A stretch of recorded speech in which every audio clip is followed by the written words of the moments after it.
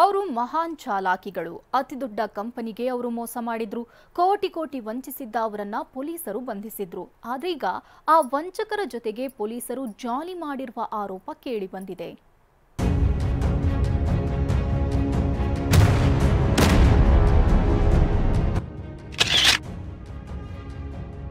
ಅಬ್ಬಬ್ಬಾ, selfie ಕ್ಲಿಕ್ಕಿಸಿಕೊಳ್ಳುವುದೇನೋ, pose ಕೊಡ್ತಿರೋದೇನೋ, ವಿದ್ಯಾರ್ಥಿಗಳಿಗೆ ಉಪನ್ಯಾಸ ಕೊಡ್ತಿರೋದೇನೋ, ಅಷ್ಟಕ್ಕೂ ಹೀಗೆ ಅಲ್ಬಿಡ್ತಿರುವ ಇವರು ಯಾರು ಗೊತ್ತಾ?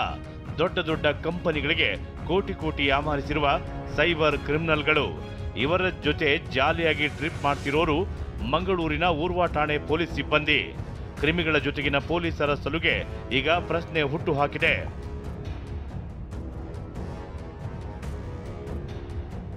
ಸೈಬರ್ ವಂಚಕರ ಜೊತೆ ಪೊಲೀಸರ ಜಾಲಿ ಜಾಲಿ ಪ್ರವಾಸ.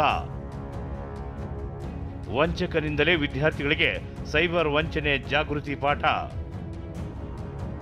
ಇದಪ್ಪ ವರಸೆ ಅಂದ್ರೆ ಮಂಗಳೂರು ಪೊಲೀಸರು ಹೊಸ ಮಾದರಿ ಹುಟ್ಟು ಹಾಕ್ತಿದ್ದಾರೋ, ತಮಗಿಂತ ಚಾಣಾಕ್ಷರಾದ ವಂಚಕರಿಗೆ ತಲೆಬಾಗಿದ್ದಾರೋ ಗೊತ್ತಿಲ್ಲ. ತನಿಖೆ ಮಾಡಬೇಕಿದ್ದ ಪೊಲೀಸರು ಆರೋಪಿಗಳಿಗೆ ಶರಣಾದಂತೆ ಕಾಣ್ತಿದೆ. ಯಾಕೆ ಅಂತ ಹೇಳ್ತೀವಿ. ಅದಕ್ಕೂ ಮೊದಲು ಇವರ ಮುಖಗಳನ್ನೊಮ್ಮೆ ನೋಡಿ. ರಾಜಸ್ಥಾನ ಮೂಲದ ಇವರು ರಾಜ್ಕುಮಾರ್ ಮೀನಾ ಮತ್ತು ಸುಭಾಷ್ ಗುಜ್ಜರ್. 5 ವರ್ಷದಲ್ಲಿ ಸುಮಾರು 30 ಕೋಟಿಗೂ ಹೆಚ್ಚು ಹಣ ವಂಚಿಸಿರುವ ಸೈಬರ್ ಕ್ರಿಮಿಗಳು.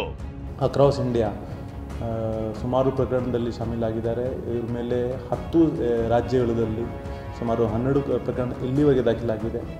ಆಸ್ ಪರ್ ಅಮೆಜಾನ್ ಇನ್ನೂ ಸಾಕಷ್ಟು ಪ್ರಕರಣ ದಾಖಲಾಗೋದು ಬಾಕಿ ಇದೆ. ಸದ್ಯ ಇರೋದು ಮಾಹಿತಿ ಪ್ರಕಾರ 12 ಪ್ರಕರಣದಲ್ಲಿ ಇಬ್ಬರು ಆರೋಪಿಗಳು ಶಾಮೀಲಾಗಿದ್ದಾರೆ. ಹೈ ವ್ಯಾಲ್ಯೂ ಟ್ರಾನ್ಸಾಕ್ಷನ್ಸ್, ಸೊ ಅವರೆಲ್ಲ ಆಶಾರಾಮಿಯನ್ನು ಜೀವನ ಯಾಪನ ಮಾಡ್ತಾಯಿದ್ರು. ಆ್ಯಂಡ್ ಪ್ರತಿಯೊಂದು ಸ್ಟ್ಯಾಂಡರ್ಡ್ ಜಾಗೆಗೆ ಉಳ್ಕೊಳ್ಳೋದು ಮತ್ತು ಫ್ಲೈಟ್ ಮುಖಾಂತರ ಆಪರೇಟ್ ಮಾಡೋದು, ಆ ರೀತಿ ಕೆಲಸ ಮಾಡೋದು. ಅಷ್ಟಕ್ಕೂ ಇಲ್ಲಿ ಆಗಿರೋದೇನು? ವಂಚಕರ ಜೊತೆ ಪೊಲೀಸರ ಜಾಲಿ ಟ್ರಿಪ್ ಹಿಂದಿನ ಕತೆ ಏನು ಅಂತ ನೋಡೋಣ ಬನ್ನಿ. ಅಮೆಜಾನ್ ಕಂಪನಿಗೆ ಮೋಸ ವಂಚನೆ ಮಾಡ್ತಿರುವ ಆರೋಪ ಕೇಳಿ ಬಂದಿತ್ತು. ವಸ್ತುಗಳ ಡೆಲಿವರಿ ಪಡೆಯಲು ಟೈರ್ 2 ಸಿಟಿ ಲೊಕೇಶನ್ ಆಯ್ಕೆ ಮಾಡಿಕೊಂಡು ಡೆಲಿವರಿ ಪಡೆಯಲು ವಿಮಾನದಲ್ಲಿ ಬರ್ತಿದ್ದ ಚೋರರು ದುಬಾರಿ ವಸ್ತುವಿನ ಟ್ರ್ಯಾಕಿಂಗ್ ಐಡಿಯನ್ನ ಕಡಿಮೆ ಬೆಲೆ ವಸ್ತುವಿಗೆ ಹಾಕಿ ರಿಟರ್ನ್ ಮಾಡ್ತಿದ್ರು. ದುಬಾರಿ ವಸ್ತುಗಳನ್ನ ತಮ್ಮಲ್ಲೇ ಇರಿಸಿಕೊಂಡು ಮಾರಾಟ ಮಾಡ್ತಿದ್ರು. ಐಟಮ್ ಬಾಕ್ಸ್ನ ಟ್ರ್ಯಾಕಿಂಗ್ ಐಡಿ ಬದಲಾಯಿಸಿ ಅಮೆಜಾನ್ ಸಂಸ್ಥೆಗೆ ವಂಚನೆ ಮಾಡ್ತಿದ್ರು. ಕಂಪನಿ ನಿಯಮವನ್ನೇ ಬಂಡವಾಳ ಮಾಡಿಕೊಂಡು ಇವರು ವಂಚನೆ ಮಾಡ್ತಿದ್ರು. 5 ವರ್ಷದಲ್ಲಿ ಬರೋಬ್ಬರಿ 30 ಕೋಟಿಗೂ ಹೆಚ್ಚು ವಂಚನೆ ಮಾಡಿದ್ದಾರೆ. ಸೆಪ್ಟೆಂಬರ್ 21ರಂದು ಊರ್ವ ಪೊಲೀಸ್ ಠಾಣೆಯಲ್ಲಿ ಈ ಸಂಬಂಧ ಕೇಸ್ ದಾಖಲಾಗಿತ್ತು. ತಮಿಳುನಾಡು ಪೊಲೀಸರು ಇಬ್ಬರನ್ನ ಬಂಧಿಸಿದ್ರು. ರಾಜ್ಕುಮಾರ್ ಮೀನಾ, ಸುಭಾಷ್ ಗುಜ್ಜರ್ ಬಾಡಿ ವಾರೆಂಟ್ ಮೇಲೆ ವಶಕ್ಕೆ ಪಡೆಯಲಾಗಿತ್ತು. ಮಂಗಳೂರು ಊರ್ವ ಠಾಣೆ ಪೊಲೀಸರು ವಿಚಾರಣೆಗೆ ಕರೆ ತಂದಿದ್ರು. ತನಿಖೆಗಾಗಿ ಗುಜರಾತ್ಗೆ ಆರೋಪಿಯ ಖರ್ಚಿನಲ್ಲಿ ತೆರಳಿರುವ ಆರೋಪ ಕೇಳಿ ಬಂದಿದೆ. ಪ್ರಮುಖ ಸ್ಥಳದಲ್ಲಿ ಟೂರ್ ಮಾಡಿದ್ದು ಪೊಲೀಸರ ಜೊತೆ ಆರೋಪಿ ಸೆಲ್ಫಿ ಕ್ಲಿಕ್ಕಿಸಿಕೊಂಡಿದ್ದಾನೆ. ಆರೋಪಿಗೆ ಪೊಲೀಸ್ ವಸತಿ ಗೃಹದಲ್ಲಿ ರಾಜಾತಿಥ್ಯ ನೀಡಿರುವ ಆರೋಪ ಕೂಡ ಕೇಳಿ ಬಂದಿದೆ. ಕಾನೂನು ಕಾಲೇಜಿನ ವಿದ್ಯಾರ್ಥಿಗಳಿಗೆ ಆರೋಪಿಗಳಿಂದ ಜಾಗೃತಿ ಪಾಠ ಮಾಡಿಸಲಾಗಿದೆಯಂತೆ. ಸೈಬರ್ ವಂಚನೆಯ ಬಗ್ಗೆ ಆರೋಪಿಗಳಿಂದ ಉಪನ್ಯಾಸ ಕೊಡಿಸಿದ್ರಾ ಅನ್ನೋ ಪ್ರಶ್ನೆಯೂ ಮೂಡಿದೆ. ಸೇಲಮಿಂದ ಕರ್ಕೊಂಡು ಬಂದು ಇಲ್ಲಿ ಎನ್ಕ್ವೈರಿ ಮಾಡುವಾಗ ಅಲ್ಲಿ ಪೊಲೀಸ್ ಸ್ಟೇಷನಲ್ಲಿ ಇವರಿಗೆ ರಾಜಾದಿತ್ಯ.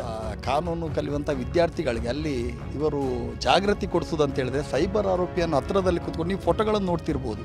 ಅದರಲ್ಲಿ ನೆಗಡ್ಕೊಂಡು ಒಂಥರ ತಮಾಷೆ ಮಾಡಿಕೊಂಡು ಹೂಗುಚ್ಚ ಕೊಡುವಂಥದ್ದೆಲ್ಲ ಇದೆ. ಸದ್ಯ ಈ ಮಹಾನ್ ವಂಚಕರ ಜೊತೆ ಪೊಲೀಸರು ನಡೆದುಕೊಂಡ ರೀತಿ ಅನುಮಾನಕ್ಕೆ ಕಾರಣವಾಗಿದೆ. ವಿಪರ್ಯಾಸ ಅಂದ್ರೆ ಐನಾತಿಗಳ ಈ ಆಟವನ್ನೆಲ್ಲ ವಿವರಿಸುತ್ತಿದ್ದ ಪೊಲೀಸರಿಗೆ ಈಗ ಚೋರರ ಜೊತೆ ಪೊಲೀಸರು ನಡೆದುಕೊಂಡ ರೀತಿ ಬಗ್ಗೆ ಗೊತ್ತಿಲ್ಲವಂತೆ. ಹೀಗಾಗಿ ತನಿಖೆ ನಡೆಸುವುದಾಗಿ ಪೊಲೀಸ್ ಕಮಿಷನರ್ ಹೇಳಿದ್ದಾರೆ. ಅದರಲ್ಲಿ ಯಾವ ಅಂಶ ಬೆಳಕಿಗೆ ಬರುತ್ತೋ ಕಾದು ನೋಡಬೇಕು. ಅಶೋಕ್, TV9 ಮಂಗಳೂರು.